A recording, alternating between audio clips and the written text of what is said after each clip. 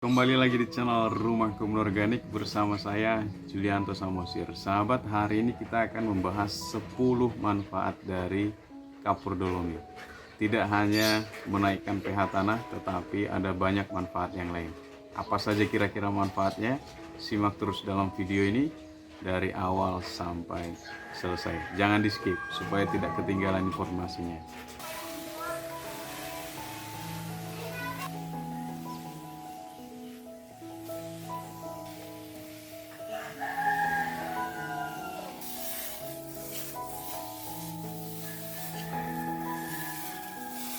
Ya, yang pertama yang mau saya sampaikan sebelum kita bahas manfaat-manfaat dari kapur dolomit ini adalah yang mungkin belum tahu apa itu pH ya. Saya sampaikan bahwa pH itu adalah power of hydrogen. Jadi yang digunakan untuk mengukur tingkat keasaman atau basahnya tanah. Ya, jadi power of hydrogen. Ya, pH itu artinya power of hydrogen. Nah, ini penting sekali untuk diketahui supaya apa? Supaya kita tidak menanam di lahan yang pH-nya asam atau basah, karena otomatis hasilnya tidak akan maksimal. Kita sekarang bahas tentang dolomit ya. Jadi ini yang belum pernah lihat kapur dolomit, ini seperti ini bentuknya, seperti pasir, seperti kapur tanah kapur juga ya, tapi ini kapur pertanian. Bentuknya sendiri atau kemasannya ada beberapa ya yang memproduksi atau menjual. Nah, fungsi yang pertama dari kapur dolomit ini adalah yang seperti familiar sahabat sudah tahu, adalah meningkatkan pH tanah atau menetralisir tingkat keasaman tanah. Jadi fungsi dari dolomit ini adalah menaikkan pH atau menetralisir tingkat keasaman tanah. Kalau ada yang lahannya tanahnya ada di angka 3, 4 sampai 5, pengaplikasian atau penggunaan kapur dolomit ini sangat direkomendasikan untuk skala yang luas. Ya, walaupun kita juga bisa seperti yang saya pernah sampaikan, seperti menggunakan cangkang telur dan lain sebagainya, itu bisa menaikkan pH-nya, tetapi kita perlu berapa ton untuk lahan yang luas ya yang akan digiling. Itu agak sedikit ribet ya. Yang kedua ya, fungsi dari kapur dolomit ini adalah sebagai penetralisir racun yang ada di dalam tanah. Jadi tidak semua tanah itu baik ya, ada juga tanah-tanah yang dia mengandung racun, artinya ada kandungan-kandungan yang itu membuat tanah itu jadi beracun di dalamnya. Dia bisa menetralisir kandungan itu. Yang ketiga, sebagai sumber unsur hara ya. Jadi kapur dolomit ini kita bisa gunakan, dapatkan unsur haranya apabila kita aplikasikan di dalam tanah ya. Unsur hara sendiri itu sama seperti nutrisi kalau di dalam AB Mix ya, itu sebagai sumber makanan bagi tanaman ya. Fungsi yang berikutnya adalah dolomit bisa mempercepat perangsangan akar tanaman. Jadi kalau kita aplikasikan itu, akar tanaman itu bisa dirangsang daya tumbuhnya supaya lebih cepat, akar-akar baru seperti itu. Fungsi yang kelima adalah menambah populasi mikroorganisme di dalam tanah. Kapur dolomit bisa menambah populasinya. Tugasnya mikroorganisme di dalam tanah itu banyak sekali selain menggemburkan tanah ya. Jadi dolomit ini bagus sekali untuk menambah populasi mikroorganisme di dalam tanah. Manfaat yang keenam, efektif untuk menghijaukan tanaman ya. Yang ketujuh pastinya, apabila kita sudah mengaplikasikan kapur dolomit ini, bisa meningkatkan produktivitas tanaman. Hasil dari kebun kita atau lahan kita, baik itu petani yang di rumahan seperti saya atau petani yang skala yang luas, pengaplikasian kapur dolomit itu bisa membantu meningkatkan produktivitas tanaman. Karena apa? Karena memang secara prinsipnya kalau pH tanahnya itu sudah normal, yang kita tanam itu sudah banyak unsur hara di dalamnya atau makanan untuk tanaman, apapun yang kita tanam harusnya ya logikanya itu tumbuhnya baik, bagus ya, atau hasilnya bagus. Jadi dia bisa menjadi salah satu untuk meningkatkan produktivitas tanaman kita atau hasil dari tanaman kita. Yang kedelapan, ya, dolomit ini kaya akan apa? Kalsium atau Ca dan magnesium atau Mg. Ini sangat diperlukan oleh tanaman, ya. Itu khususnya untuk tanaman yang fase generatif, ya, atau mau masuk berbuah, berbunga dan berbuah. Kandungan kalsium dan magnesium ini sangat bagus sekali. Jadi bukan hanya tulang kita ini yang perlu kalsium, tanaman juga perlu.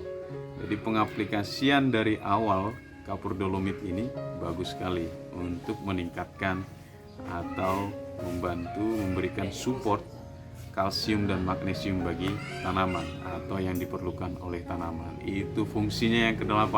Yang ke-9 sebagai apa? Penetralisir kalau ada kandungan al atau aluminium atau zat besi dan zat-zat yang lain yang beracun di dalam tanah, ya.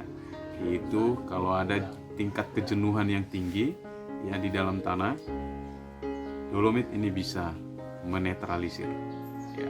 Terus yang ke-10, ya, yang ke-10, dolomit ini bisa menghindarkan bibit atau tanaman kita dari serangan hama, ya.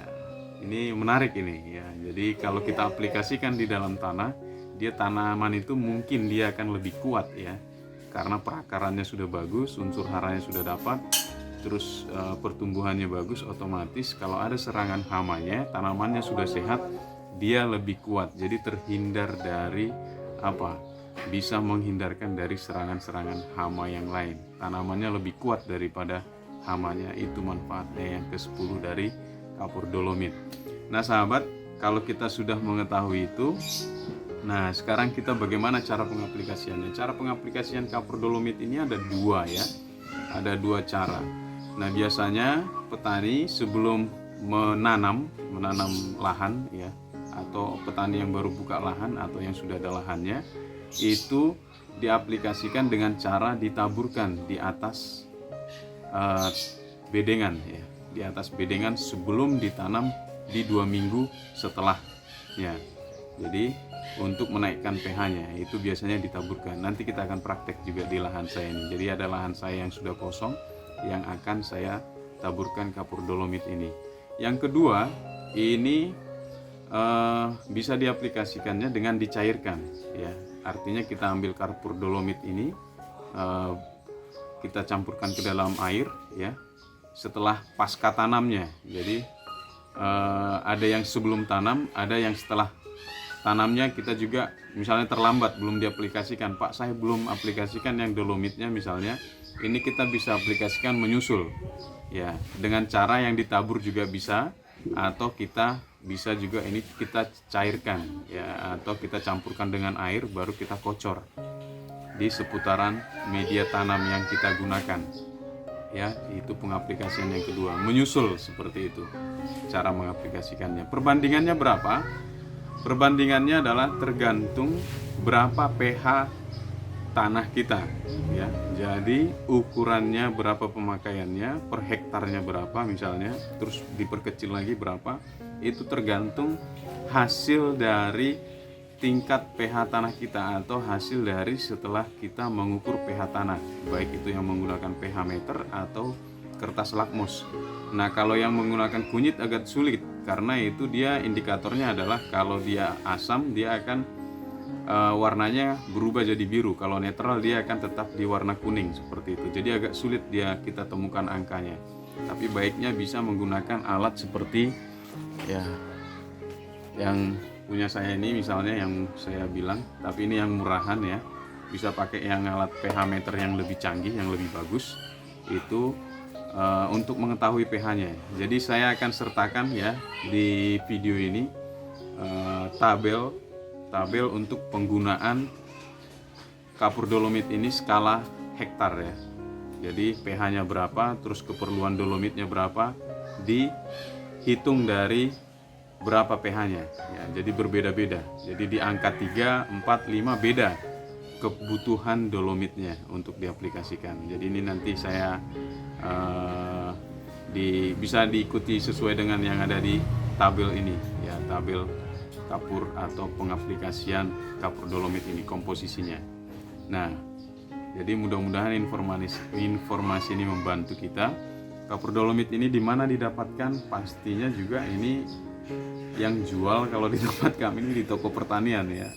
Ini bukan seperti kapur untuk ini ya, nat ya.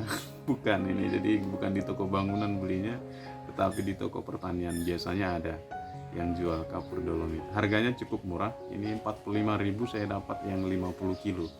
Kebanyakan, tapi karena kemasannya adanya hanya yang besar, jadi saya untuk Bapak Ibu bisa memperlihatkan ke Bapak Ibu, saya beli aja ya, supaya kita bisa lihat langsung seperti apa.